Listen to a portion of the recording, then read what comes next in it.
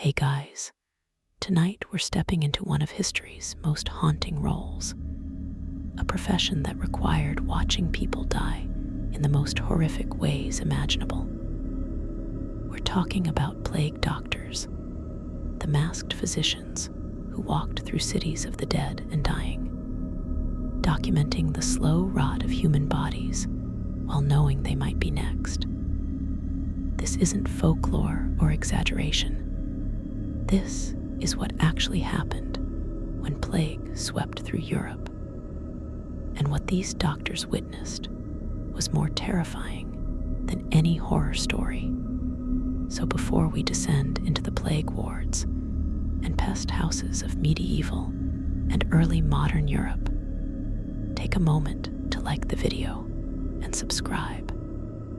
But only if you genuinely enjoy what we do here. And let me know in the comments where you're tuning in from and what time it is for you. It's always fascinating to see who's joining us from around the world, especially those of you settling in for the night. Now dim the lights, maybe turn on a fan for that soft background hum, and let's ease into tonight's journey into the world of plague doctors and the patients they could only watch deteriorate. The plague doctor emerged as a distinct profession during the recurring waves of bubonic plague that devastated Europe from the 14th century onward. The Black Death of 1347 to 1353 killed an estimated third to half of Europe's population, somewhere between 75 and 200 million people worldwide, and it returned in waves for centuries afterward. Each outbreak created desperate need for medical professionals willing to treat plague victims. But this was work that terrified most physicians. The disease was swift, brutal, and seemed almost universally fatal. Doctors who treated plague patients often became victims themselves, creating a shortage of medical care precisely when it was most needed. Cities began hearing plague doctors, physicians who would agree to treat only plague patients in exchange for special payment and certain privileges. These were often not the most skilled or prestigious doctors. The best physicians could find work elsewhere and avoid the risk, but rather younger doctors trying to establish themselves, older doctors past their prime, or sometimes medical professionals of questionable qualification who saw an opportunity for employment. The iconic plague doctor costume that we recognize today, the long black robe, leather gloves, and especially that distinctive beaked mask, actually came into use relatively late in plague history.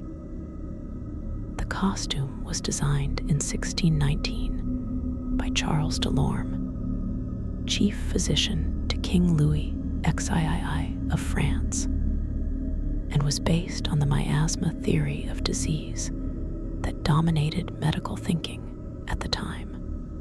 The theory held that diseases were caused by bad air, by miasmas, or corrupted atmospheres, and the plague doctor's outfit was meant to protect against these poisonous vapors. The beak of the mask was filled with aromatic herbs, spices, and substances believed to purify the air. Things like dried flowers, rose petals, camphor, cloves, laudanum, myrrh, and sometimes vinegar-soaked sponges. The idea was that by breathing through this filter of pleasant-smelling substances, the doctor would be protected from the corrupted air that carried plague. The leather clothing was thought to prevent the miasma from touching the skin. Every part of the costume had a purpose in this framework.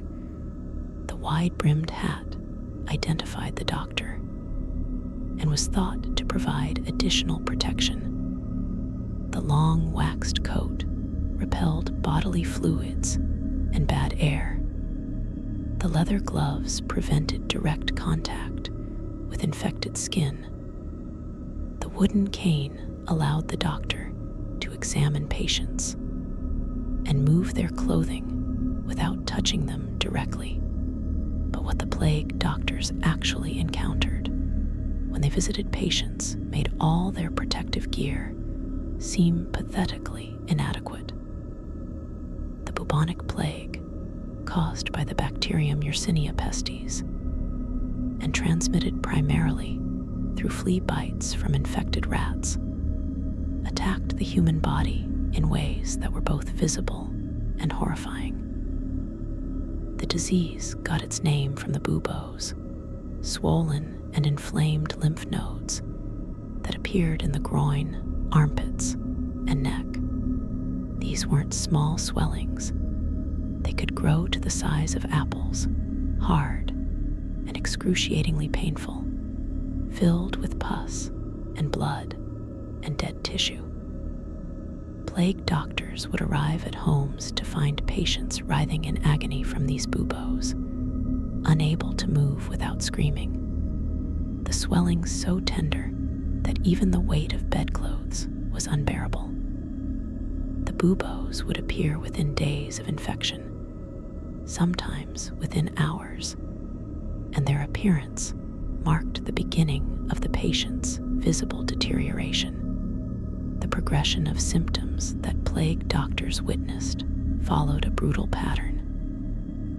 It would begin with sudden fever, often extreme, with patients burning up, their skin hot to the touch even as they shivered and complained of cold. Headaches would be severe and unrelenting. Within a day or two, the buboes would appear, the lymph nodes swelling as the body tried desperately to fight the infection.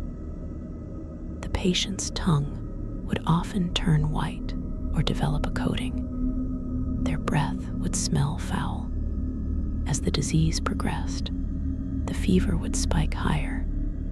Patients would become delirious. Some would have seizures or fall into stupors from which they couldn't be roused. The skin would develop dark patches where blood vessels ruptured beneath the surface.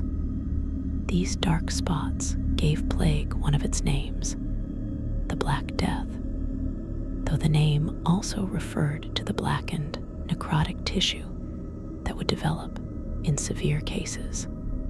What plague doctors found most disturbing was watching patients' mental state deteriorate alongside their physical condition. The fever and infection would affect the brain, causing hallucinations, paranoia, and extreme confusion. Patients would see things that weren't there, cry out about demons or visions, sometimes become violent or try to flee despite being too weak to stand. Some would pull at their own skin or try to tear open their buboes, the pain and delirium driving them to self-harm. Plague doctors had to sometimes restrain patients to prevent them from injuring themselves or others. A grim task when the patient was your neighbor or a member of a family you knew.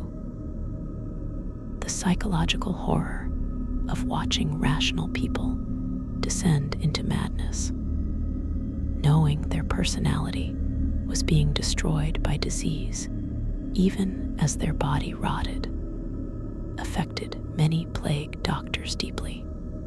The smell was one of the worst aspects that plague doctors had to endure.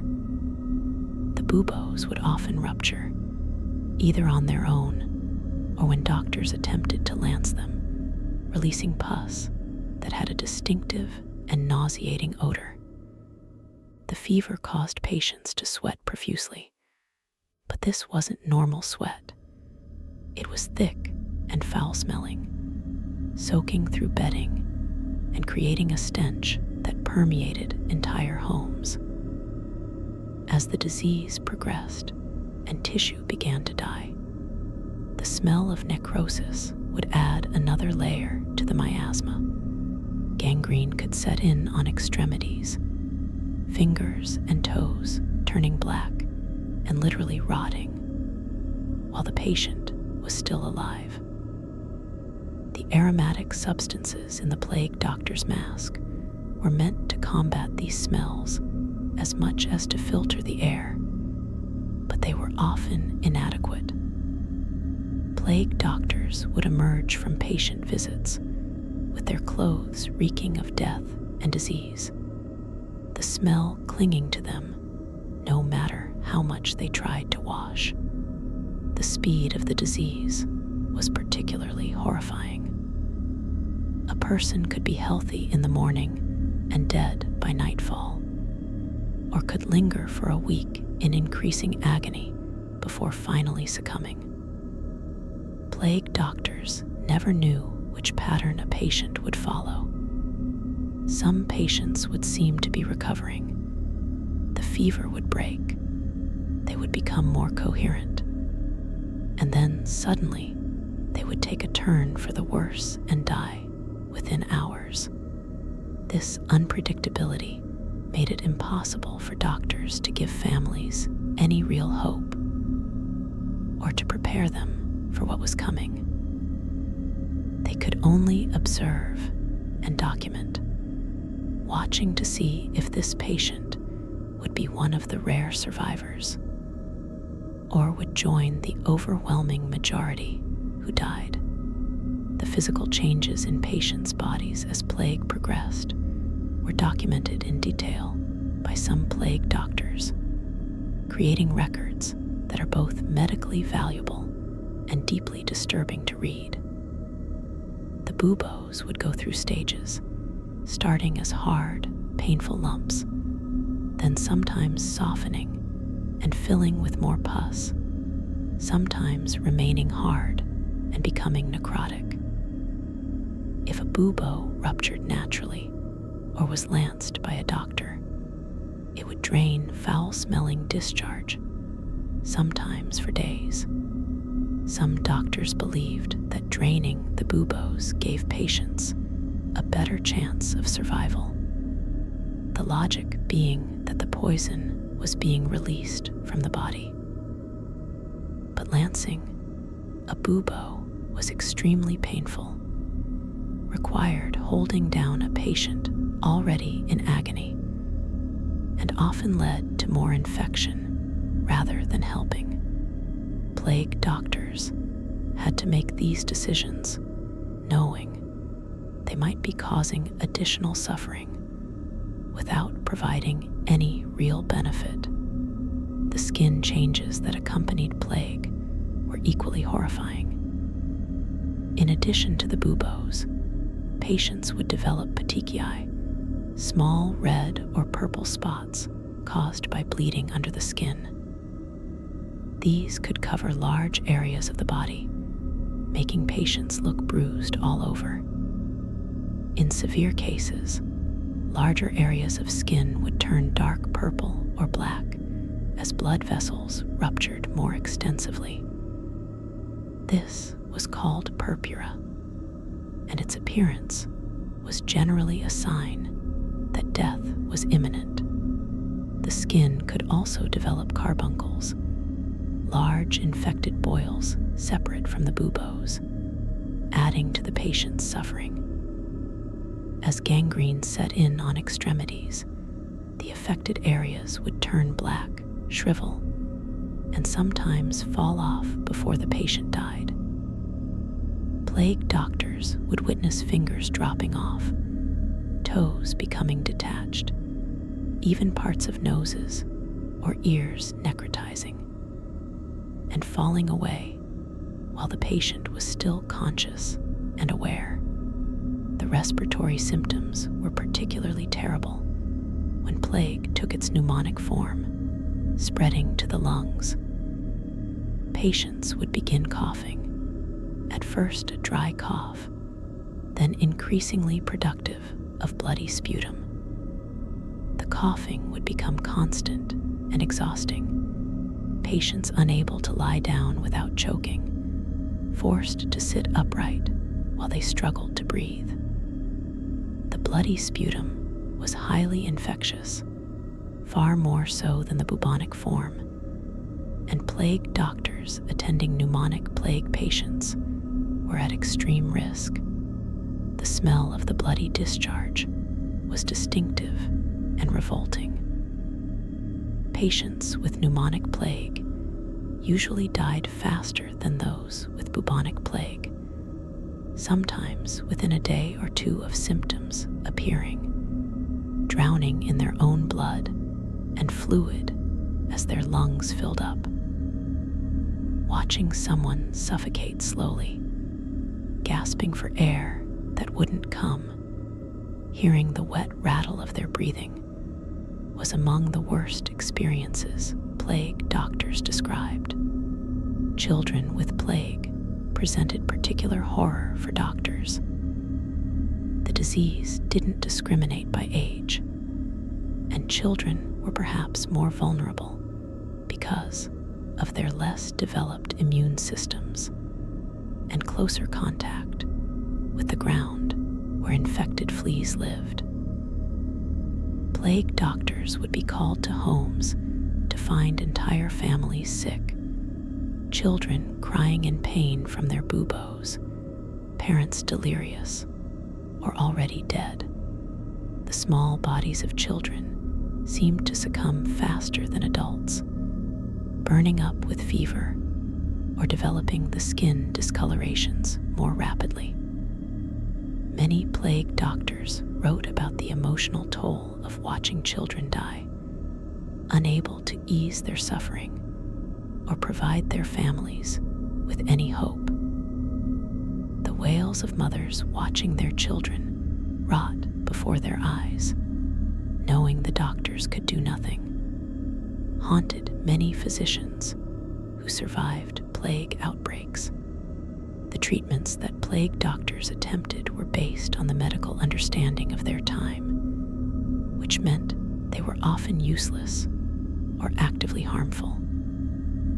The theory of humors dominated medical practice, the belief that health depended on balancing the four humors of blood, phlegm, yellow bile, and black bile in the body. Plague was thought to be caused by an excess of bad humors, or by poisonous miasma corrupting the humoral balance. Treatment therefore focused on purging the body of these bad humors through bloodletting, induced vomiting, or powerful laxatives. Plague doctors would bleed patients who were already weakened by disease, opening veins to let out corrupted blood, further depleting the body's ability to fight infection. They would administer emetics to make patients vomit, or powerful purgatives that would cause violent diarrhea, dehydrating patients who desperately needed fluids. These treatments, meant to help, almost certainly killed many patients who might have survived with simple supportive care. The lancing of buboes was a standard treatment that plague doctors performed routinely. The theory was that the poison causing plague was concentrated in the buboes, and releasing it would help the patient recover. The reality was agonizing for patients and dangerous for doctors. A bubo would be cut open with a blade, often without any pain relief beyond perhaps some alcohol, and the pus would be squeezed out. The patient would scream, sometimes passing out from pain, while the doctor tried to drain as much discharge as possible. The wound would then be treated with various substances, none of them effective against bacterial infection. Things like dried toad powder, crushed emeralds, vinegar, or aromatic herbs. The wound would be bandaged, but in the unsanitary conditions of plague-era medicine, it would often become additionally infected, creating more suffering without helping fight the plague itself. Some plague doctors tried poultices applied directly to the buboes, believing that drawing out the poison through the skin would help. These poultices were made from bizarre and sometimes disgusting ingredients. Bread soaked in urine was one common preparation. Mixtures of figs, onions, and butter were applied hot to the swellings. Some doctors used freshly killed pigeons or chickens, cutting them open and applying the warm innards directly to the buboes, believing the living warmth would draw out disease. Patients would lie with dead birds strapped to their armpits or groins, adding to their misery and the stench without providing any medical benefit. The desperation of these treatments, trying anything that might possibly work, reflects how helpless plague doctors felt in the face of the disease. The daily routine of a plague doctor during an outbreak was a descent into hell repeated over and over. They would wake, don their protective costume, and spend hours moving from house to house, from patient to patient, witnessing suffering they couldn't meaningfully relieve. The psychological toll of this work was immense. Many plague doctors developed what we would now recognize as symptoms of trauma, nightmares, inability to sleep, emotional numbness, excessive drinking to cope with what they had seen. Some had mental breakdowns during outbreaks, unable to continue the work. Others became hardened, treating patients mechanically, having shut down their emotional responses to preserve their own sanity. The constant exposure to death and suffering, day after day for months during major outbreaks, would break almost anyone. The homes that plague doctors entered were often scenes of complete devastation. In a city during a major plague outbreak, it wasn't uncommon for entire families to be infected simultaneously. The doctor would arrive to find multiple family members in different stages of the disease. Perhaps the father was already dead, his body lying in the home because no one was healthy enough to move him, and the body collectors hadn't arrived yet. The mother might be delirious with fever, covered in buboes and petechiae, unable to recognize her own children. The children could be crying from pain or lying silent and still, too weak to make noise. The surviving family members who weren't yet showing symptoms would be terrified, knowing they would likely be next, watching their loved ones rot before their eyes and unable to help. Plague doctors had to work in these environments, trying to maintain professional composure while surrounded by death and despair. The smell inside plague houses was overwhelming.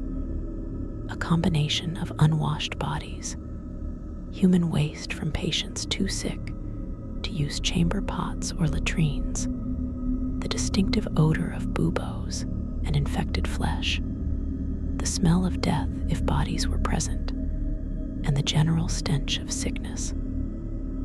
Ventilation was often poor, as people believed fresh air might bring more disease.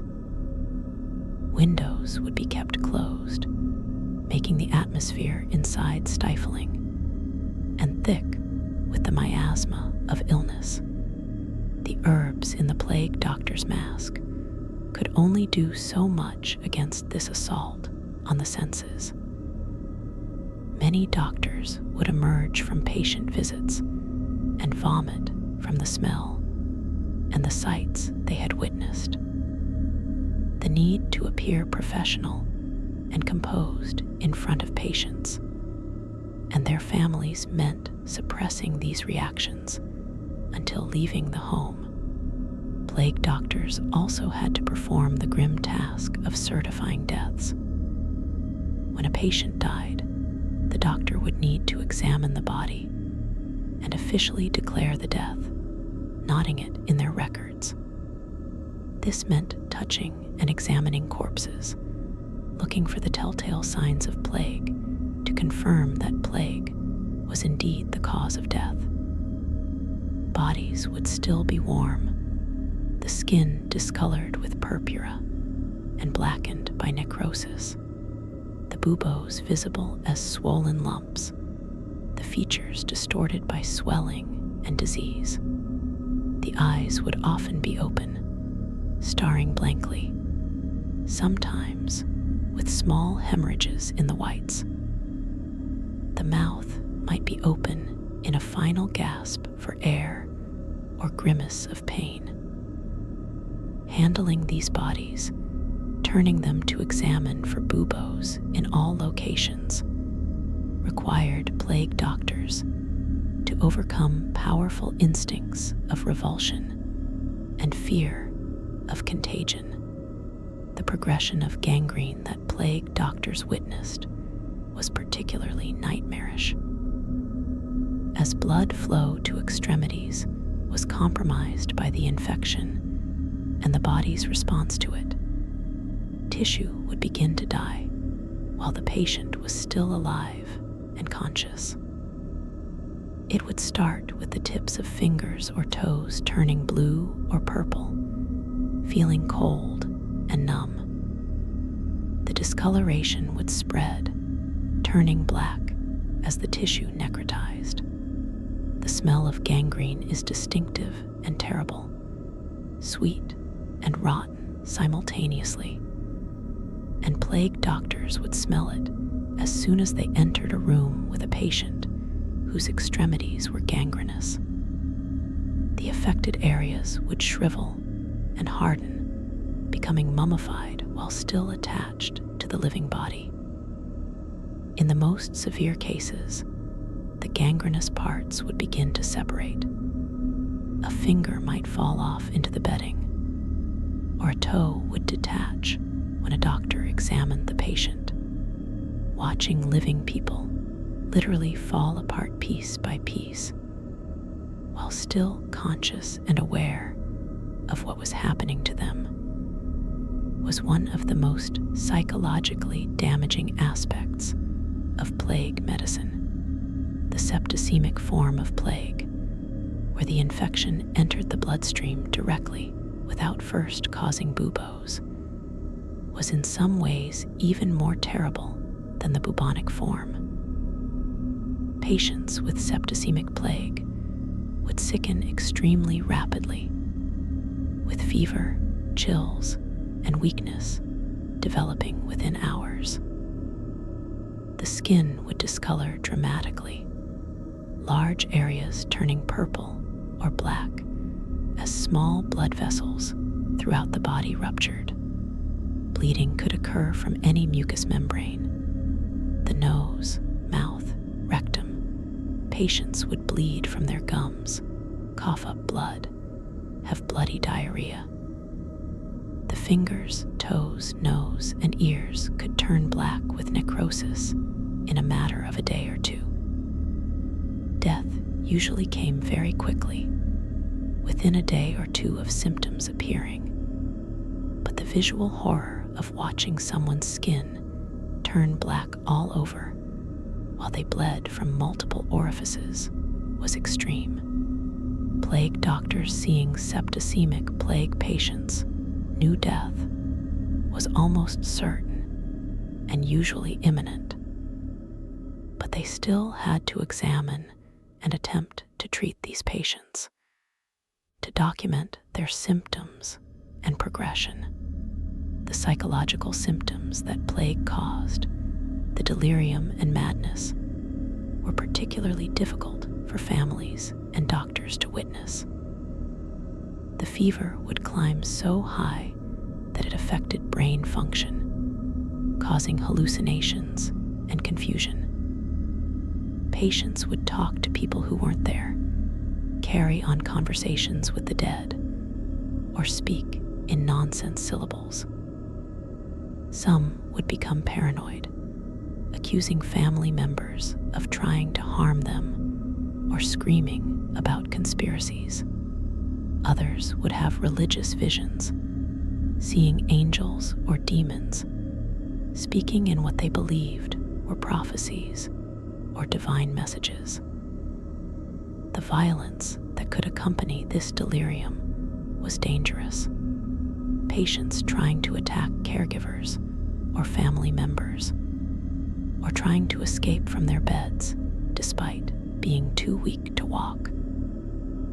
Plague doctors sometimes had to help restrain violent, delirious patients, adding to the nightmare of the situation. The knowledge that this confusion and madness was destroying the person's mind, even as the disease destroyed their body, made it particularly cruel to watch.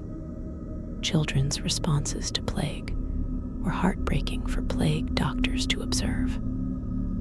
Young children didn't understand what was happening to them, only that they were in terrible pain, and the adults around them couldn't make it stop.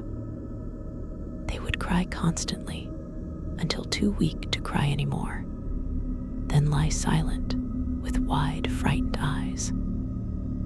The buboes were proportionally larger on children's small bodies, grotesque swellings that seemed enormous on tiny limbs.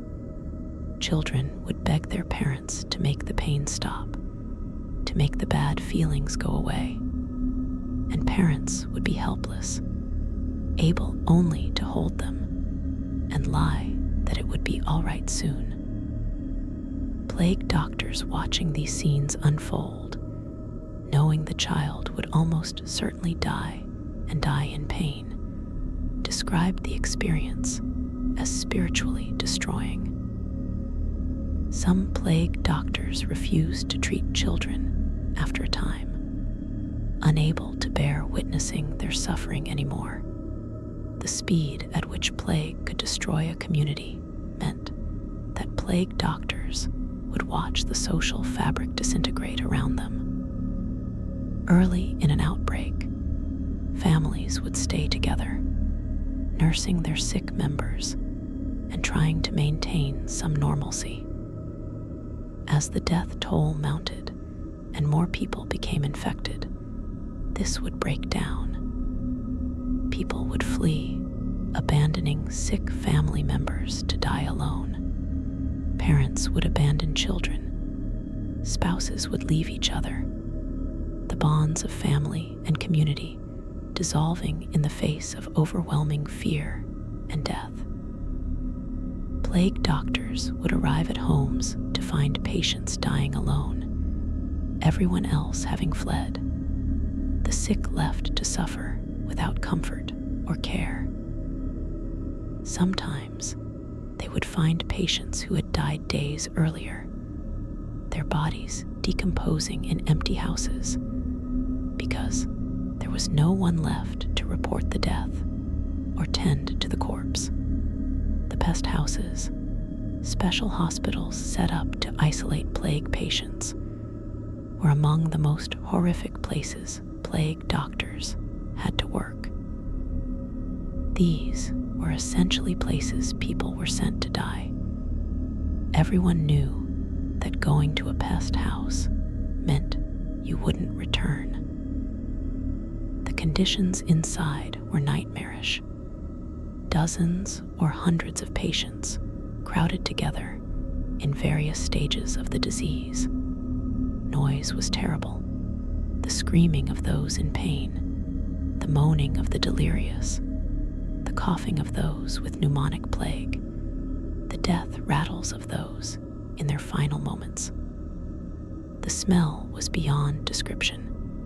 The concentrated odor of so many sick and dying people in one space, inadequate sanitation, bodies sometimes lying unremoved for hours or days.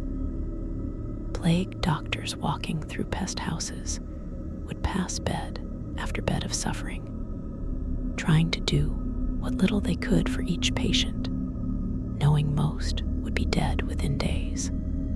The psychological impact of working in pest houses was so severe that many plague doctors refused to do it, even at risk of losing their positions. The moments when patients realized they were dying were particularly difficult for plague doctors to witness. There would be a moment of clarity when a patient's delirium would clear briefly, and they would understand their situation. They would look at the doctor with terrified, pleading eyes, begging for help, for reassurance, for something to make it not true. Some would beg to see family members one last time, requests that often couldn't be fulfilled because the family had fled or were themselves sick or dead. Others would ask the doctor to tell them it would be all right, to promise they would recover, and the doctor would have to decide whether to lie to comfort a dying person. Some plague doctors became skilled at these merciful lies, telling patients they looked better, that they would probably survive, offering false hope to ease final hours. Others felt compelled to be honest, leaving patients to face death, knowing exactly what was happening. The physical toll on plague doctors was significant beyond just the risk of infection. The long hours in heavy protective gear, often made of leather and waxed cloth, was exhausting in itself. The heat inside the costume was intense, especially during summer outbreaks. Doctors would sweat profusely, becoming dehydrated, but removing the mask to drink meant potentially exposing themselves to infection. Their hands would cramp from holding the diagnostic cane for hours. Their backs would ache from bending to examine patients in low beds or on floors. The physical exhaustion combined with the emotional and psychological strain created a level of stress that few other professions could match. The documentation that plague doctors were required to keep was its own form of torture. They had to maintain careful records of who was sick, what symptoms they displayed when they died, where the bodies were. This meant mentally cataloging horror after horror, writing down the details of suffering they had just witnessed. Reading through plague doctors' journals from major outbreaks is disturbing. Lists of names with brief notes about symptoms and death dates. The clinical language barely masking the human tragedy behind each entry. Some doctors' handwriting becomes more shaky and difficult to read as outbreaks progressed, physical evidence of their deteriorating mental state. Some journals stop abruptly when the doctor themselves succumbed to plague. A final grim entry in their own record. The treatments plague doctors attempted became more desperate as outbreaks progressed, and nothing seemed to work. Some would try increasingly bizarre remedies based on rumors or theories. Administering mercury, a poison, in the belief it would purge plague from the body. burning aromatic woods in the patient's room to purify the air, creating smoke so thick patients could barely breathe, applying live leeches to drain bad blood, covering patients' bodies with the creatures, prescribing theriac, a supposed universal antidote made from dozens of ingredients, including viper flesh and opium, which did nothing for plague, but might at least provide some pain relief from the opium. The desperation to find something, anything that might help, drove experimentation that often made patients' final days even more miserable. Plague doctors also had to deal with the superstition and folk beliefs that surrounded plague. Families would sometimes resist medical treatment, believing that plague was God's judgment or demonic attack that couldn't be cured by earthly medicine. Some would have already tried folk remedies before calling the doctor, covering patients in bizarre poultices or making them drink strange concoctions, treatments that ranged from harmless to actively toxic. Plague doctors would arrive to find patients who had been given mercury, lead, or other poisonous substances by well-meaning but ignorant family members. They would have to work with and around these beliefs, sometimes incorporating them into their treatment, if that was the only way families would accept medical care. The relationship between plague doctors and the church was complex. Priests would also attend plague victims, offering last rites and spiritual comfort, which meant they too died in large numbers during outbreaks. Plague doctors and priests would sometimes work together, the doctor attempting physical treatment while the priest tended to the soul. But there were tensions too. Some clergy preached that plague was divine punishment, and that accepting medical treatment showed lack of faith in God's will.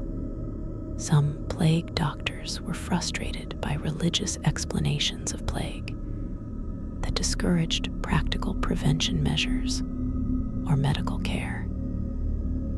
Yet, both groups were bound together by their duty to attend the dying. Both suffered similar losses and trauma. Both knew they might be tomorrow's victim of the disease they fought. The rare survivors of plague presented their own kind of horror for doctors to witness.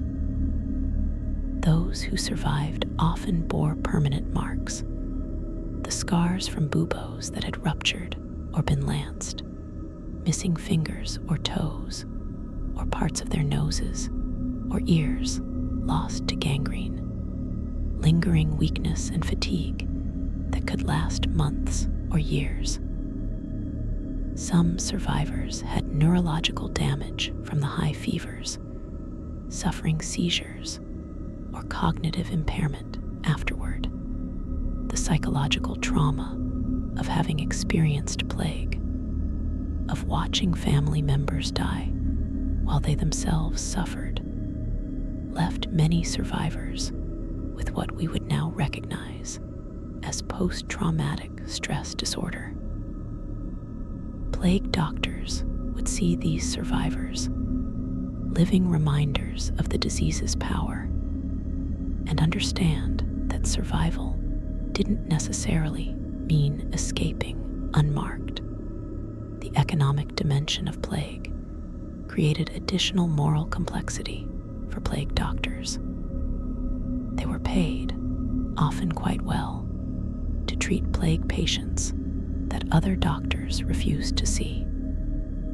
This created a perverse incentive structure where plague doctors might actually benefit financially from outbreaks, even as they suffered the psychological trauma of witnessing so much death. Some plague doctors were accused of prolonging outbreaks or even causing them to continue their lucrative employment.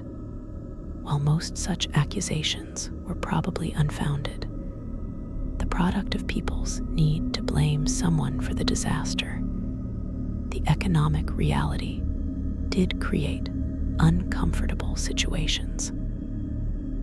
Plague doctors had to balance their duty to patients with their own financial interests, all while working in conditions that threatened their lives daily. The protection rituals that plague doctors developed reveal their profound fear despite their outward professional composure. Before donning their protective gear, some would pray extensively or carry religious relics they believed would protect them. The process of putting on the costume became ritualized, each piece donned in a specific order, each fastening checked multiple times. Some doctors would drink special preventive mixtures before their rounds, concoctions of herbs and wines they believed would strengthen them against plague. After finishing their visits, elaborate cleaning rituals would follow, the costume carefully removed and fumigated with smoke, hands washed repeatedly in vinegar or other believed purifiers. The doctor themselves might bathe in herbs or special preparations.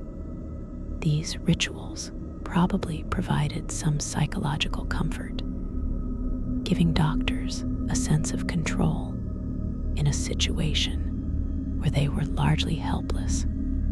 The moments when plague doctors themselves became infected were documented in some surviving accounts and are terrifying to read. A doctor would begin to feel the early symptoms, the fever, the chills, the headache, and would know with awful certainty what was coming. Some continued working even after symptoms appeared, knowing they were likely doomed anyway and wanting to help others while they still could. Others immediately isolated themselves, terrified of spreading the disease further, but also facing the horror of dying alone. Plague doctors who had spent months watching patients rot alive now faced that same fate themselves, and their medical knowledge made it worse because they knew exactly what was happening and what would happen next. The progression of their own symptoms, the appearance of their own buboes, the delirium that would eventually claim their minds. All of it witnessed with the clinical understanding of a medical professional watching their own destruction. The plague doctors who survived outbreaks often faced a different kind of hell afterward. The trauma of what they had witnessed didn't simply disappear when the outbreak ended. Many suffered what we would now recognize as severe PTSD, experiencing flashbacks to the worst moments, unable to sleep without nightmares, jumping at sounds or smells that reminded them of plague houses. Some became unable to practice medicine afterward, too traumatized to examine patients without seeing the bodies of plague victims. Others became obsessed with plague, dedicating their lives to studying it and trying to find treatments, driven by guilt over the patients they couldn't save. The social isolation plague doctors faced was also significant. Communities often shunned them even after outbreaks ended, viewing them as contaminated or cursed, having been too close to death for too long. The documentation of plague symptoms and progression that plague doctors created, while medically valuable, reveals the horror of what they witnessed in clinical detail. Descriptions of buboes growing to enormous size, some as large as chicken eggs or even small apples.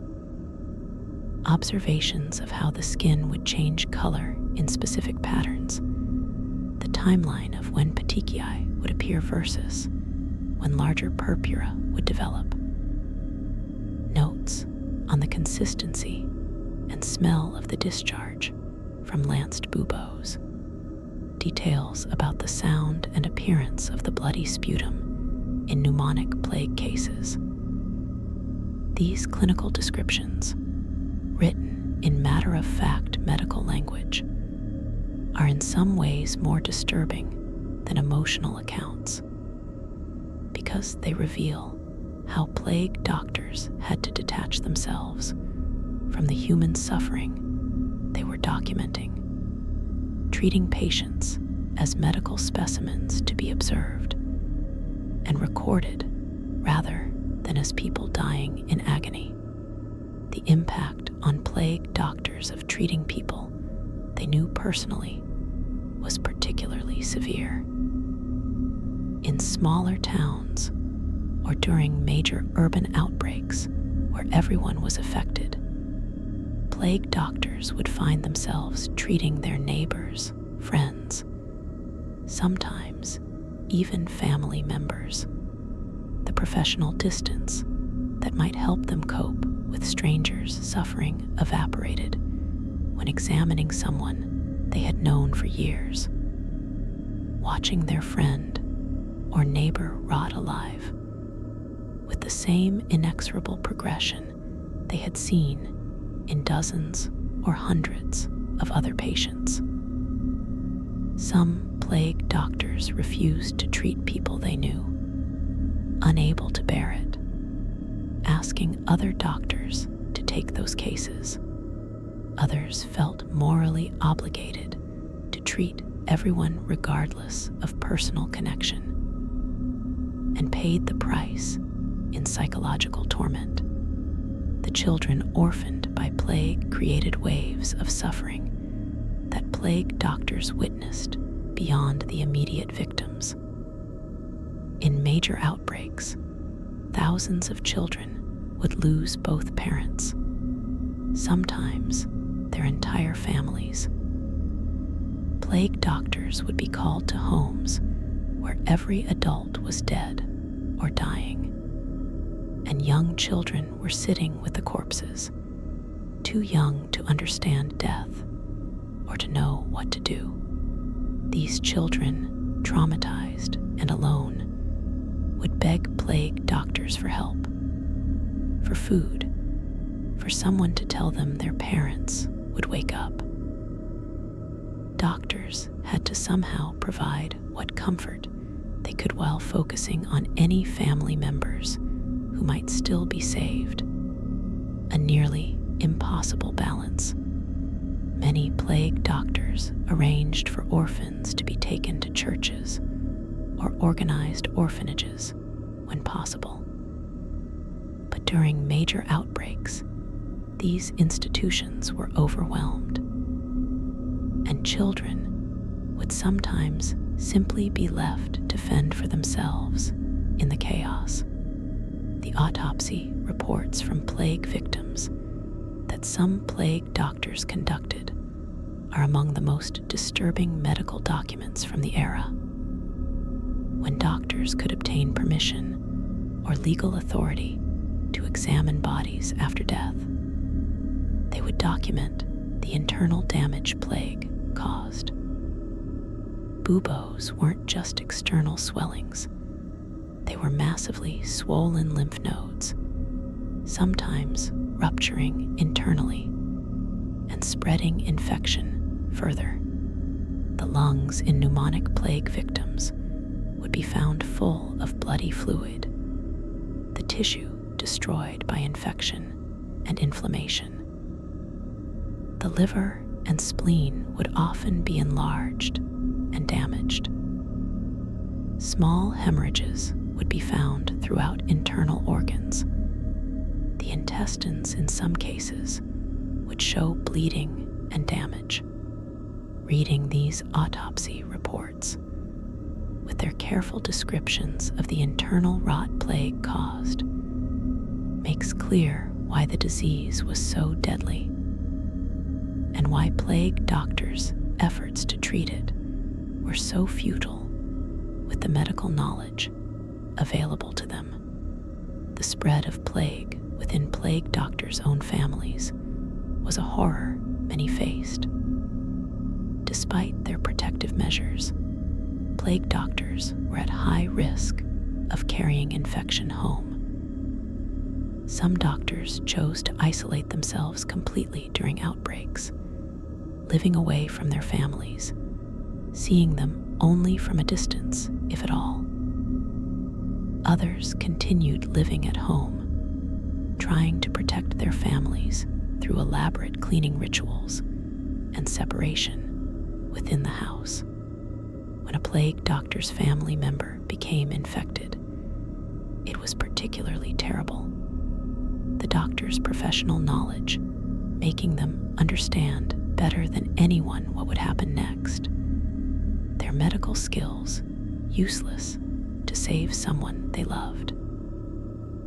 Some plague doctors had to examine their own children's buboes, lance their wives' swellings, watch their parents die from the disease they themselves might have brought into the home. The mutations and variations in plague symptoms that plague doctors observed added to the horror.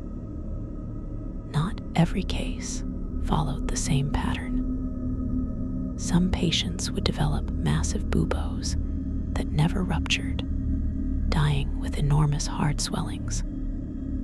Others would have their buboes rupture spontaneously early in the disease, sometimes appearing to recover briefly before relapsing fatally.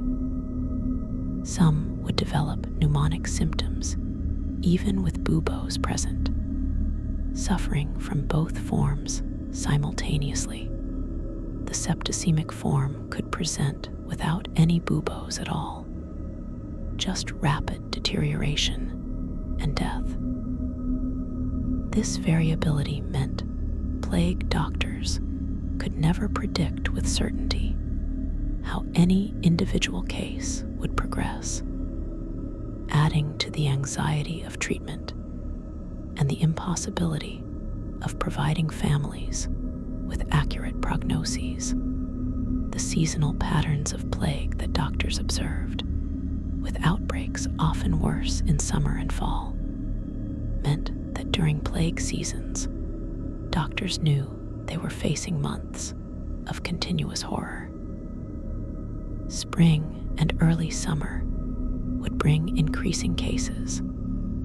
Summer would see the outbreak peak with deaths mounting daily. Fall would see it continue, though perhaps diminishing. And only winter would bring real relief as cold weather slowed the disease. Plague doctors had to pace themselves for this marathon of death, knowing that what they saw today was only the beginning, that tomorrow would bring more patients, more suffering, more deaths, day after day for months. The mental preparation required for this was immense, and many doctors' mental health deteriorated progressively through an outbreak as the cumulative trauma built. The religious questions that plague raised and that plague doctors had to grapple with added philosophical torment to the physical and emotional. Why would God allow such suffering? Why did infants and children die in agony while some wicked people survived? Was plague truly divine punishment? And if so, what was the point of medical treatment? Plague doctors, many of them religious men, struggled with these questions while watching people rot alive. Some lost their faith entirely. unable to reconcile a loving God with the horrors they witnessed. Others had their faith strengthened, seeing their work as serving God by comforting the dying, even if they couldn't cure them. The theological debates about plague were not abstract for plague doctors. They were questions they had to answer while standing in rooms full of dying people begging for help. The public health measures that plague doctors sometimes tried to implement were based on incomplete understanding, but occasionally did help, even if for the wrong reasons.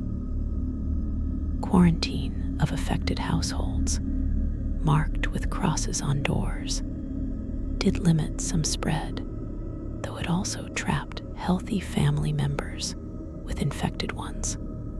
The practice of burning contaminated bedding and clothing destroyed some of the fleas that carried plague, even though doctors thought they were destroying corrupted materials that held bad air.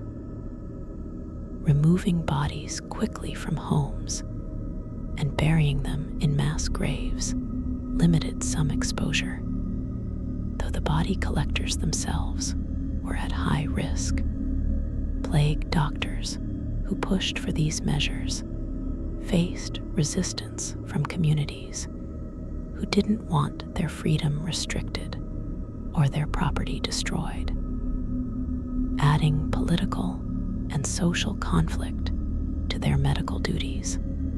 The transformation of cities during major plague outbreaks, which plague doctors witnessed in full, was apocalyptic. Streets would empty as people fled or died. Shops would close. Normal economic activity would cease. The smell of death would permeate entire neighborhoods as bodies accumulated faster than they could be buried. Fires would burn constantly as people tried to purify the air with smoke. The sound of cities would change. The normal noise of commerce and conversation replaced by the ringing of bells announcing deaths, the rumble of carts collecting bodies, the occasional scream or moan from infected houses. Plague doctors moving through these transformed cities felt like they were walking through hell, and their accounts often described the experience in explicitly apocalyptic terms, comparing it to biblical plagues or the end times. The class dimensions of plague that doctors observed created additional moral complexity. The wealthy could flee cities when plague struck, retreating to country estates. The poor had to stay, cramped in urban housing where plague spread fastest. Plague doctors treating patients across class lines saw how the disease affected everyone, but how resources shaped outcomes. Wealthy patients had better nutrition, cleaner homes, the ability to isolate from others, access to more doctors and attention, even if the treatment itself wasn't effective. Poor patients had none of these advantages, suffered in crowded conditions, had inadequate nutrition even before getting sick, often continued working until they collapsed. The disease itself didn't discriminate, but social conditions meant the poor died in vastly higher numbers. Plague doctors watching this play out saw the brutal reality of how social inequality extended even into epidemic disease. The superstitions that grew around plague and that plague doctors had to navigate included beliefs that certain people were immune, or that plague could be transferred from one person to another through actions or objects. Some believed that strong-smelling substances would protect them, leading to people carrying flowers or herbs constantly. Others thought that avoiding baths would help, since opening pores might let in bad air, leading to people going unwashed for months. Plague doctors would encounter patients who had tried to ward off plague through magical means, talismans and charms and rituals, which had done nothing to prevent their infection. The doctors had to work around these beliefs, sometimes incorporating them if it helped patients accept treatment, sometimes trying to counter them when they actively harmed people. The moments of dark humor that occasionally emerged, plague doctors' gallows humor as a coping mechanism, are documented in some accounts and show the psychological toll of the work. Jokes about who would be next to die, macabre observations about the appearance of corpses, bitter laughs about the futility of their treatments.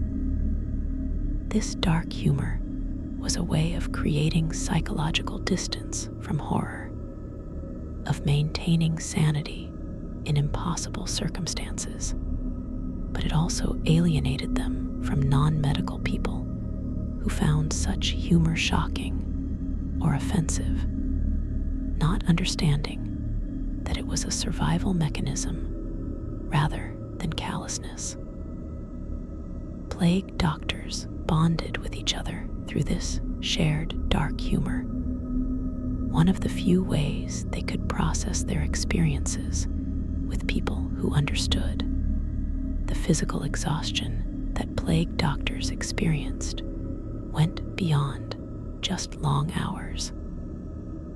The stress hormones constantly flooding their systems, the interrupted sleep from nightmares or emergency calls, the poor nutrition during outbreaks when normal food supplies were disrupted, all took a severe toll. Plague doctors would lose significant weight during outbreaks, their bodies consuming themselves under the stress. Their immune systems would be compromised by exhaustion and stress, making them more vulnerable to plague and other diseases. Some would develop stress-related illness, ulcers, heart problems, conditions that might kill them even if they never contracted plague itself. The job quite literally consumed those who did it, aging them rapidly and shortening their lives even when they survived specific outbreaks. The legacy of trauma that plague doctors carried with them, even long after outbreaks ended, shaped the rest of their lives and sometimes affected generations. Doctors who survived plague outbreaks would carry the memories forever. The faces of patients they couldn't save, the sounds of suffering, the smell of death. Some became reclusive, unable to be around healthy people without remembering the sick. Others threw themselves into their work obsessively, trying to stay busy enough that the memories couldn't intrude. The nightmares were common, and often lifelong, plague doctors waking in the night, convinced they could smell buboes or hear patients screaming. Some turned to alcohol or opium to quiet the memories, developing addictions that would eventually kill them, even though plague hadn't.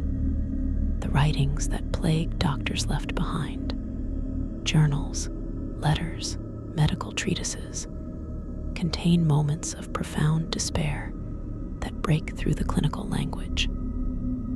Entries where a doctor records treating 30 patients in a day and knowing all will likely die.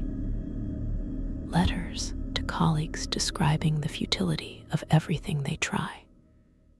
Treatises that carefully document symptoms and treatments, while the subtext is clear that nothing works and everyone dies anyway.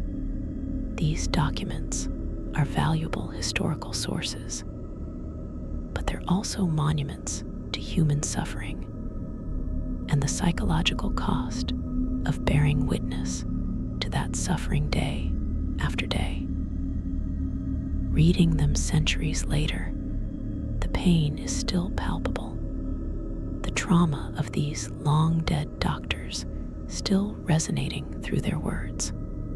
The question of when plague doctors knew they were infected themselves, and their responses varied widely. Some would feel the first symptoms and immediately set their affairs in order, writing final letters, making arrangements for their families, preparing for death with whatever time they had. Others would continue working, hiding their symptoms as long as possible, perhaps hoping they were wrong about their diagnosis, or perhaps feeling that their remaining time should be spent helping others.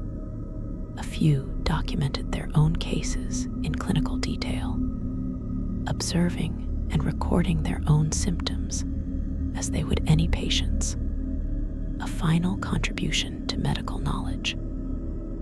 These self-observations are among the most disturbing plague documents.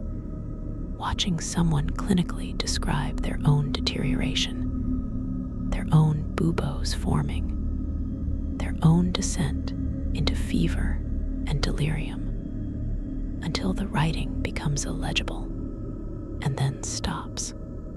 The impact on plague doctors of watching patterns play out, seeing the same progression in patient after patient, created a kind of anticipatory horror.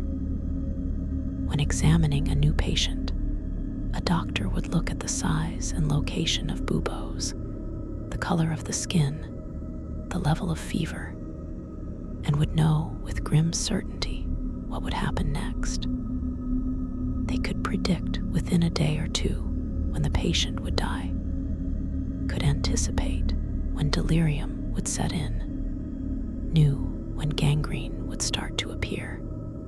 This knowledge didn't help them save patients, but it did force them to watch suffering unfold with full understanding of what was coming, unable to do anything to stop it. The helplessness of knowing exactly what horror was approaching, but being powerless to prevent it, was its own form of torture.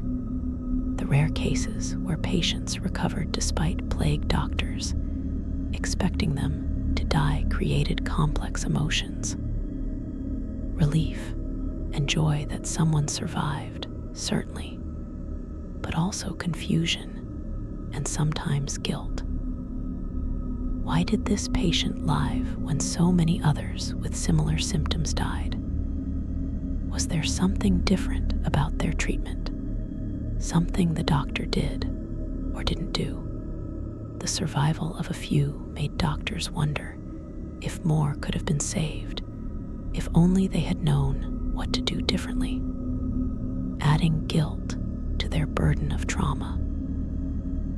Some doctors became obsessed with trying to identify what made the difference between survivors and victims, documenting every detail of successful cases, hoping to find a pattern that could be replicated.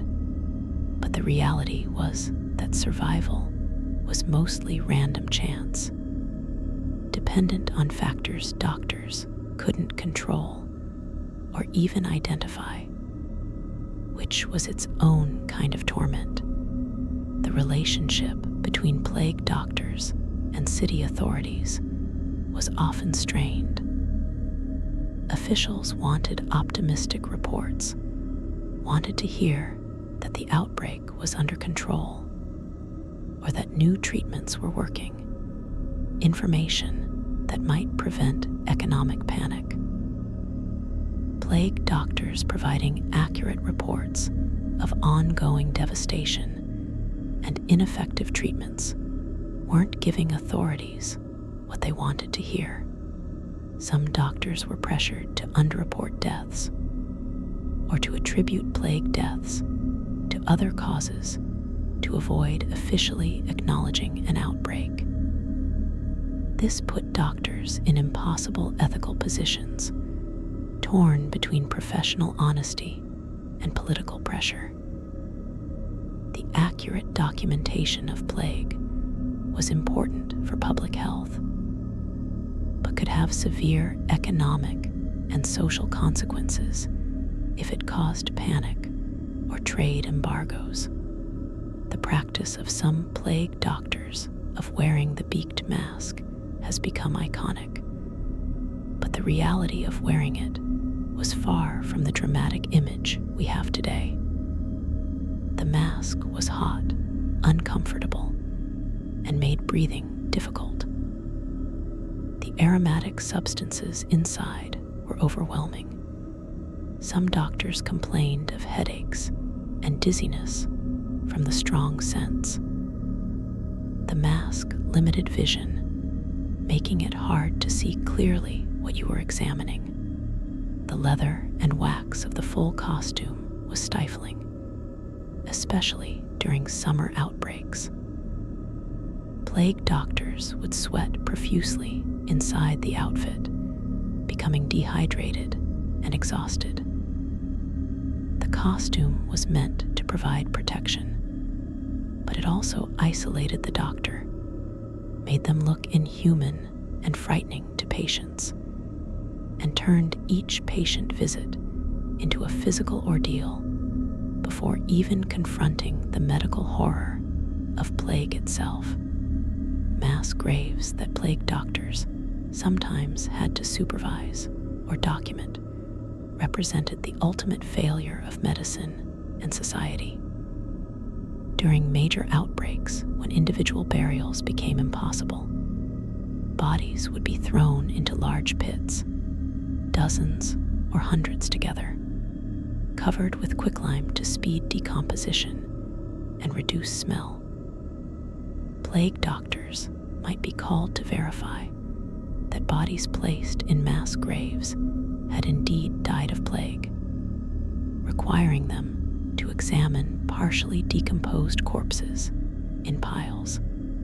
The violation of normal burial practices, the inability to give victims individual respect or religious rights, the necessity of treating bodies as waste to be disposed of rather than as people to be honored. All of this was profoundly disturbing to witness and to participate in. Some plague doctors refused to be involved with mass burials, unable to bear this final degradation of their patients. The children who survived plague but lost their entire families presented long-term trauma that plague doctors witnessed as well. Orphans of plague, especially those too young to remember their parents, would grow up marked by their losses. Some plague doctors maintained contact with orphans from outbreaks they had survived, feeling responsible for children whose parents they had failed to save. Watching these children grow up traumatized, some becoming disturbed adults, others somehow finding resilience, was a long-term reminder of plague's impact. The generational trauma of plague extended beyond the immediate victims to affect entire communities for decades. The question of whether plague doctors ever became numb to the suffering they witnessed, truly emotionally detached rather than just performing detachment, is complex.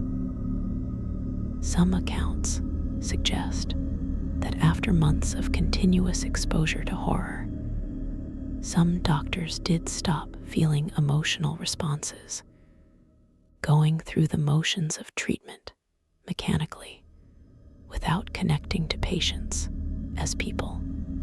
This emotional shutdown was probably a psychological defense mechanism, but it also represented a kind of death of the doctor's humanity.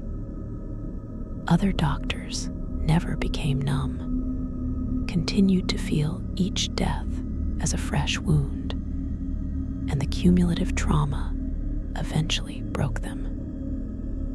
Neither adaptation was healthy or sustainable, but they were the options available for surviving the impossible task of being a plague doctor.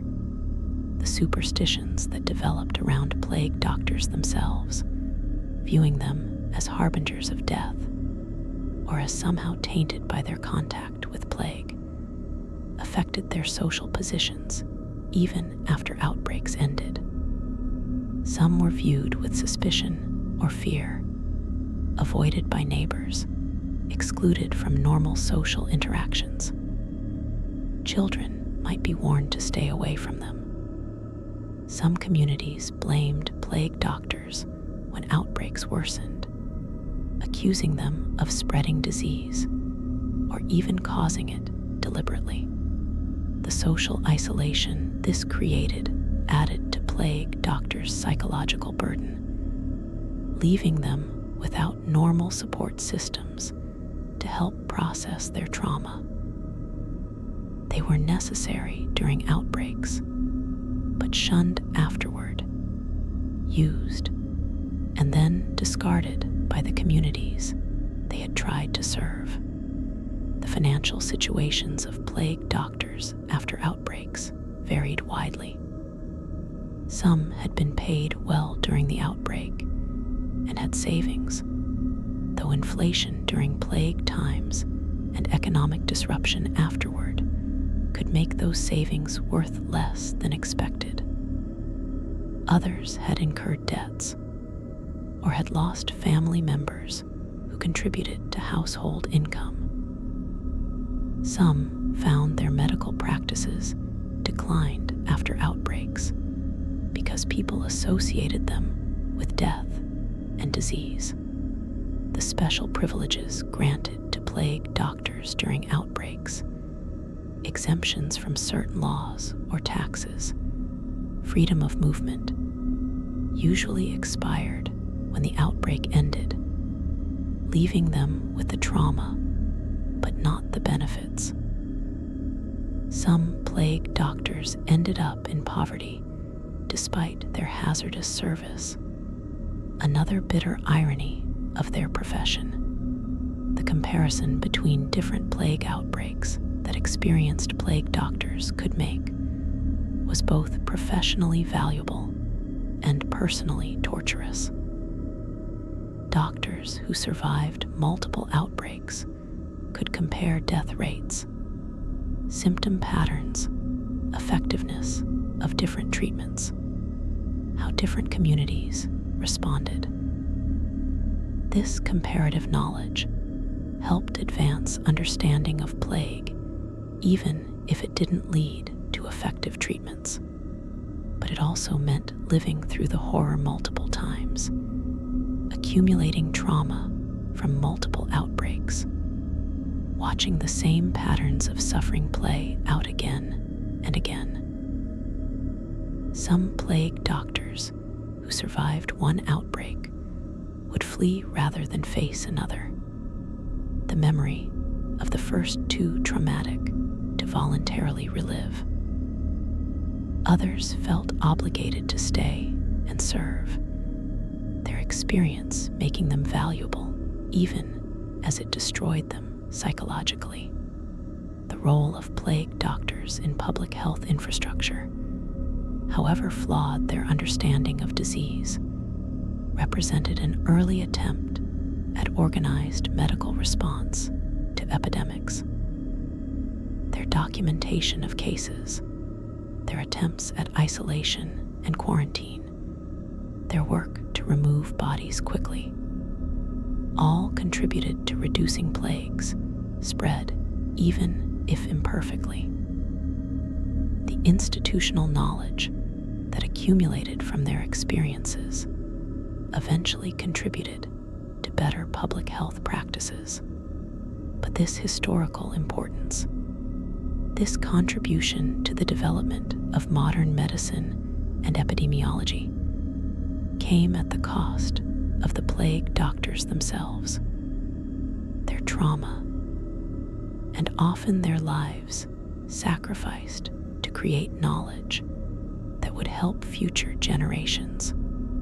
The accounts of plague doctors' final years, those who survived outbreaks and lived to old age, often describe men marked permanently by their experiences. Some became advocates for public health, trying to prepare communities for future outbreaks. Others withdrew entirely from medicine, unable to continue in a profession that reminded them of so much suffering. Many suffered physical ailments, possibly including what we would now recognize as stress-related illness, heart problems, digestive issues, chronic pain.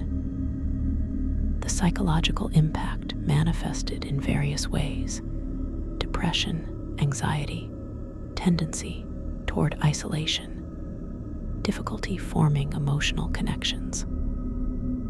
Some plague doctors' descendants reported that their ancestors never spoke of plague years, the trauma too deep to discuss even with family, the moments of human connection that sometimes occurred between plague doctors and dying patients, despite the horror and the professional distance, represent something important about human nature. A doctor holding a patient's hand as they died, knowing there was nothing medical they could do, but offering human comfort. A doctor staying with a dying child so they wouldn't be alone, singing to them or telling stories. A doctor weeping after leaving a patient's home despite having seen hundreds of deaths before.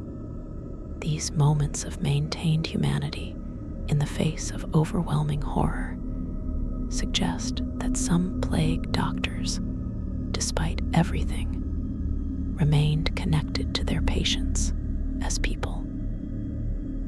This emotional connection probably made their work harder, made the trauma deeper, but it also meant they maintained their own humanity, even as they watched others lose theirs to disease. The historical importance of plague doctors, their contribution to our understanding of epidemic disease, and to the development of public health practices, should not obscure the human cost of their work. These were people who watched others rot alive, day after day, unable to help in any meaningful way, surrounded by death and suffering, traumatized by what they witnessed, many of them dying from the disease they fought. The advancement of medical knowledge came at the cost of their psychological health and often their lives.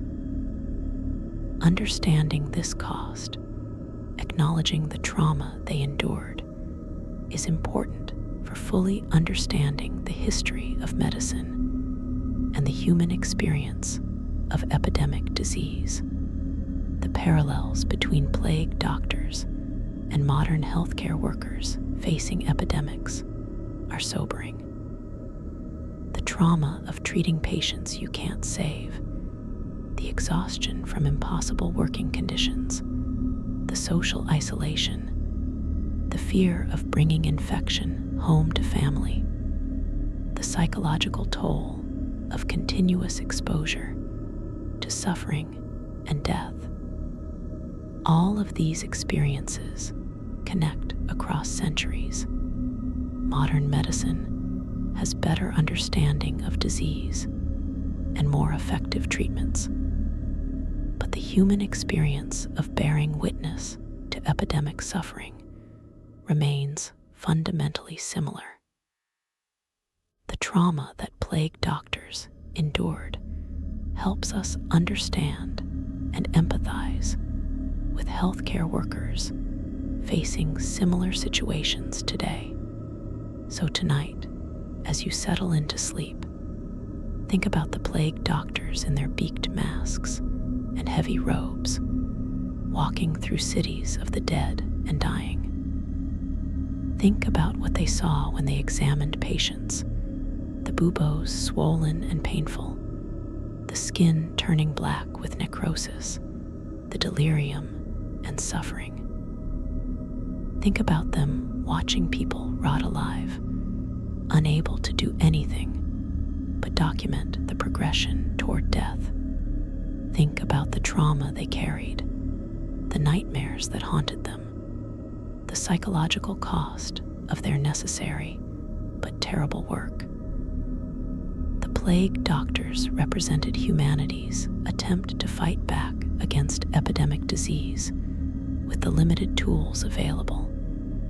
And while their treatments were ineffective, their witness was important. They documented the reality of plague.